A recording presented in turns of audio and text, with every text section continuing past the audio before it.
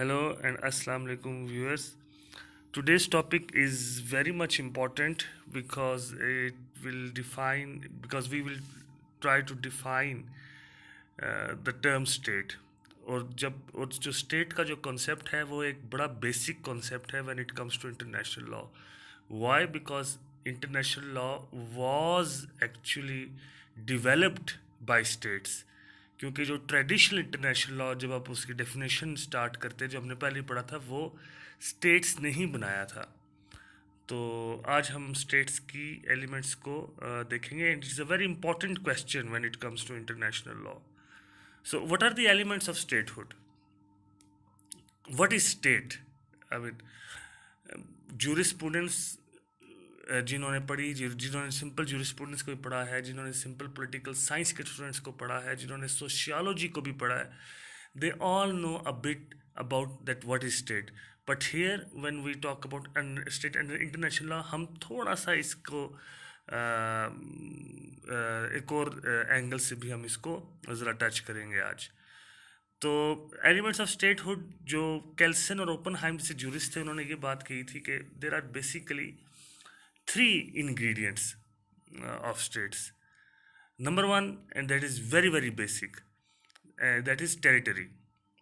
यानी कि जो एक सरजमीन जिसको आप कहते हैं किसी भी एक स्टेट की है.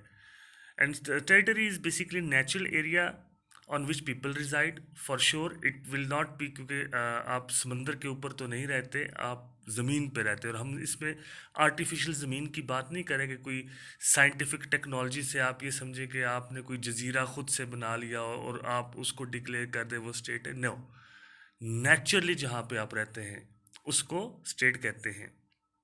यानी नेचुरली जहाँ पे आप रहते हैं, सॉरी, उसको टेरिटरी कहेंगे. अच्छा, it can be disputed area. हो सकता है कि वो एरिया अभी तक पूरी तरह से उस पर किसी और स्टेट का भी क्लेम हो उस टेरिटरी पे, लेकिन अगर वो टेरिटरी के ऊपर इफेक्टिव कंट्रोल मौजूद है तो वो उसी स्टेट की टेरिटरी कंसिडर की जाएगी और ये एक इम्पॉर्टेंट इंग्रेडिएंट बन जाएगा उस स्टेट का, जिस स्टेट में वो टेरिटरी मौजूद है. And size of territory does not matter.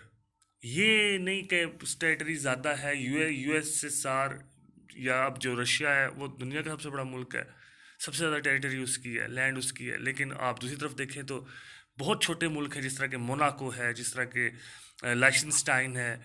तो इसी तरह मुख्तलिफ और जो छोटे छोटे कंट्रीज़ हैं, but they are still different states.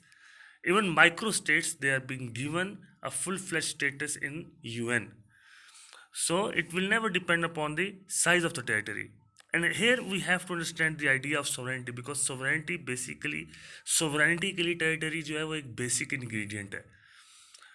तो आइडिया ऑफ सोवरेंटी जो है वो 1928 में एक केस था आइलैंड ऑफ पाल्मास का, जो ये फिलिपीन के पास है. इस पे यूएस और नेदरलैंड्स दोनों का क्लेम था. हम इस केस को बाकायदा आगे स्टडी भी करेंगे, लेकिन यहाँ पे इसको बताने का मकसद सिर्फ ये था कि इसमें मैक्स ह्यूबर, जो कि उस आर्बिट्रेशन में आर्बिट्रेटर थे, उन्होंने कहा था, उन्होंने डिफाइन किया था सॉवरेनिटी को, और सॉवरेनिटी को उन्होंने टेरिटरी से लिंक कर दिया था. उन्होंने कहा था कि ये that part of globe where a state to the exclusion of others exercise independence.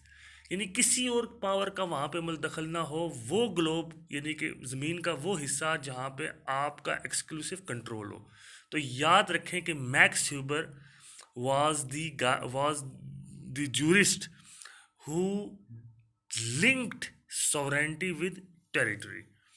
फिर जॉन बुदिन ने 1576 में डी रिपब्लिक के नाम से एक बुक थी, उसने शाया की थी, और जो modern concept of state sovereignty है वो बहुत ज़्यादा लिंक करता है इस बुक के साथ, because it was the first book which actually talked about state sovereignty. Okay, now comes the Montevideo convention and the problems of statehood. Montevideo convention बड़ा इंपॉर्टेंट है यहाँ पे बताना, जिस पे भी मैं हम थोड़ी सी देर बाद आते हैं. यहाँ पे बात हो गया पॉपुलेशन की, कि जो दूसरा बड़ा इंग्रेडिएंट है वो आता है पॉपुलेशन का. अब पॉपुलेशन का size does not matter. Population can be of many nationalities, ज़रूरी नहीं कि उस स्टेट में सिर्फ उसी नेशनल के लोग हों तो आप कहें कि नहीं इन्हीं पे स्टेट की गवर्नमेंट होगी। नहीं, जब आपके स्टेट के अंदर मुख्तलिफ नेशनैलिटीज़ के लोग आते हैं तो आपकी उनके ऊपर भी जुरिस्डिक्शन होती है। इफेक्टिव गवर्नमेंट, अब by effective government people are well organised, क्योंकि सिर्फ टेरिटरी और गवर्नमेंट का होना ज़रूरी, वो सिर्फ टेरिटरी और पीपल का होना ज़रूरी नहीं है, पॉपुलेशन का होना ज़रूरी नहीं है। There must be effective government, and due to this effective government उन लोगों का जो रहने का तरीकाकार, उन लोगों की सोच, वो एक इंसानियत में आती है। एंड जो स्टेट है that is always represented by the government officials, by the authorities, and those authorities they must be independent to make their own laws, to do their own things. State के अंदर किस form की क्या form होनी चाहिए, presidential form of government होनी चाहिए, monarchy होनी चाहिए, ऑटोक्रेसी होनी चाहिए, पार्लियामेंट्री फॉर्म ऑफ गवर्नमेंट होनी चाहिए, it all depends upon state authorities. International law का इससे कोई लेना देना नहीं है, और ना इंटरनेशनल लॉ इसमें दखल अंदाजी इस तरह की बर्दाश्त करता है।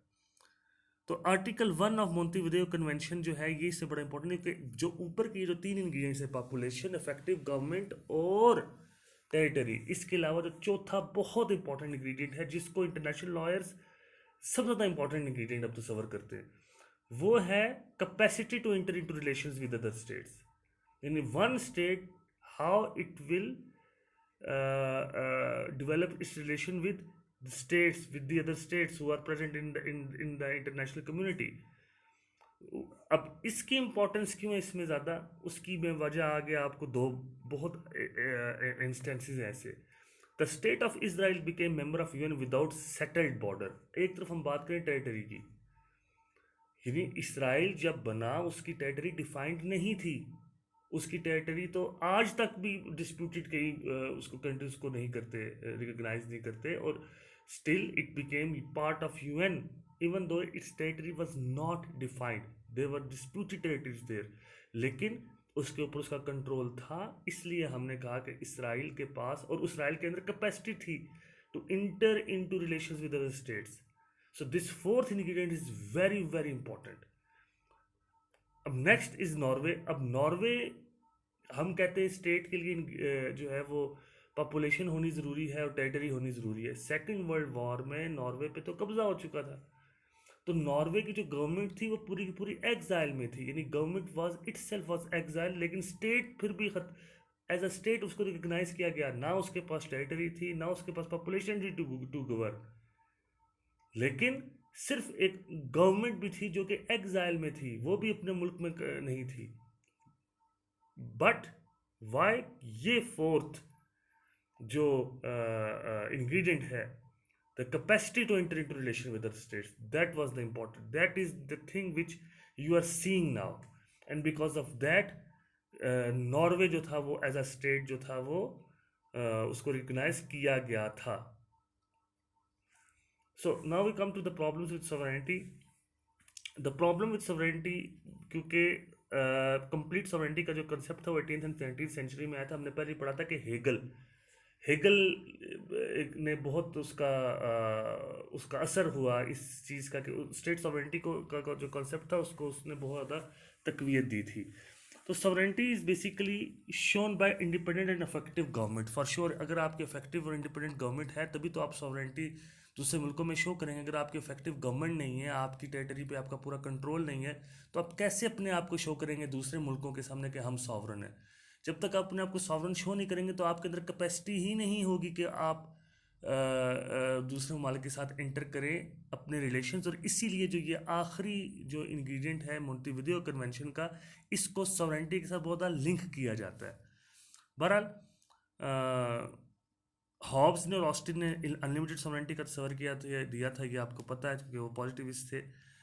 But once government enters into a treaty with other state it comes under some restrictions. जब आपकी गवर्नमेंट, आपकी स्टेट खुद से किसी के साथ कोई एग्रीमेंट करती है तो वो अपने आप को अंडर ऑब्लिगेशन खुद ही ले आती है। This is the theory of auto limitation.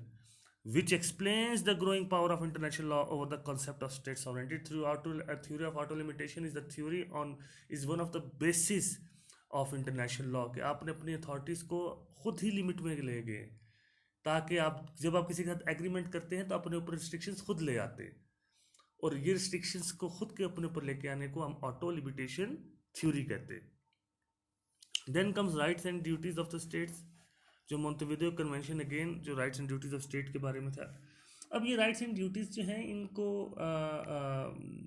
They are very simple. Power the right of a state would be to control its domestic affair exclusively, कहीं बाहर से इंटरवेंशन ना हो। It has power to admit and expel aliens, visa restrictions वगैरह वो खुद से करना वो करें।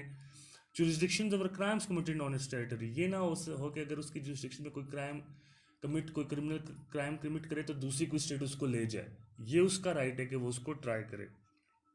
The privileges of diplomatic envoys in other states, ये प्रिविलेज जो है वो इंटरनेशनल लॉ के अंदर उसको मिलना चाहिए, उसका राइट है। ड्यूटीज़ क्या हैं जी? Not to perform act of sovereignty on other states, क्योंकि अगर वो अपने मुल्क में नहीं चाहता कि कोई और आए तो फिर उसको भी दूसरे मुल्क में नहीं जाना चाहिए।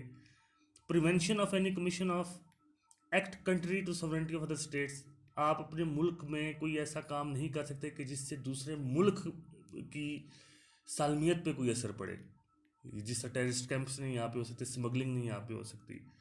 एंड देन नॉन इंटरवेंशन का एक पूरा अलग से टॉपिक है इंटरनेशनल लॉ में, but here you can understand internal intervention कि आप उसके डोमेस्टिक अफेयर्स में आए, एक्सटर्नल इंटरवेंशन कि आप उसको स्नब करें, उसकी उसकी जो इंटरनेशनल पॉलिसीज़ हैं उन पे उनको रोकें, उसको आप कह सकते हैं। और प्यूनिटिव इंटरवेंशन मीन्स कि आप हमले पे आ जाएं, उसके खिलाफ आर्मी को बाकायदा यूज़ करें। And subversive intervention is the one कि जो आप कहते हैं ना कि मुल्क के अंदर कोई सिविल वॉर करने के लिए या हुकूमत का तख्ता उलटने के लिए जो आप इंटरवेंशन करते हैं उसको सबवर्सिव इंटरवेंशन कहते हैं। सारी इंटरवेंशंस ये नहीं करनी, ये आपकी ड्यूटी है, यानी कि यह आप स्टेट की ड्यूटी है under this convention. So in to conclude, to sum up, the concept of state is complex, for sure it is complex. Why? क्योंकि हमने देखा कि इसराइल और नॉर्वे का जो कॉन्सेप्ट है कि उनके पास ना उनमें से एक के पास फिक्स टेरिटरी नहीं थी, दूसरे के पास ना टेरिटरी थी ना पॉपुलेशन थी, सिर्फ एक गवर्नमेंट थी, वो भी एग्जाइल में, और तब भी वो एज अ स्टेट रिकग्नाइज थी। Has taught us the times when states actually existed without defined territory and powerful government. Advocates of natural law theory believe in rights and duties which are inherent in every state, hence not accepting the concept of complete sovereignty. Naturalist ये हमेशा कहते रहे हैं कि जब भी state होती है तो स्टेट का ये काम है कि वो फंडामेंटल राइट्स को प्रोटेक्ट करिए, उसकी ड्यूटी बन जाती है। जबकि इसी बात को आके पॉजिटिविस्ट कहते हैं कि नहीं, ये उनकी ड्यूटी नहीं है, ये खुद से वो एज्यूम करते हैं कि ये चलो ये हम करेंगे। So idea of the state sovereignty has now become relative. It has become relative. Why it has become relative? Because when you come into the family of international states, then there are some rights and liabilities upon you. And when you are accepting some rights and liabilities, it means that you are not completely sovereign. आप completely खुद मुख्तार नहीं हैं। So I hope that you guys had the idea of state sovereignty and the idea of the elements of statehood, especially when it comes to Montevideo Convention। और इसका जो चौथा जो Montevideo Convention का है, capacity to enter into relations with other state, this is the most important one. क्योंकि आपने देख लिया कि अगर बाकी दो या तीनों में से एक दो मिस भी हूँ, चौथा मिस नहीं होना चाहिए। अगर ये चौथा इंग्रेडिएंट यानी capacity to enter into agreements, ये एलिमेंट मिसिंग है, देन इंटरनेशनल लॉ आपको बिल्कुल रिकॉग्नाइज नहीं करेगा। So thank you so very much, we'll meet next time.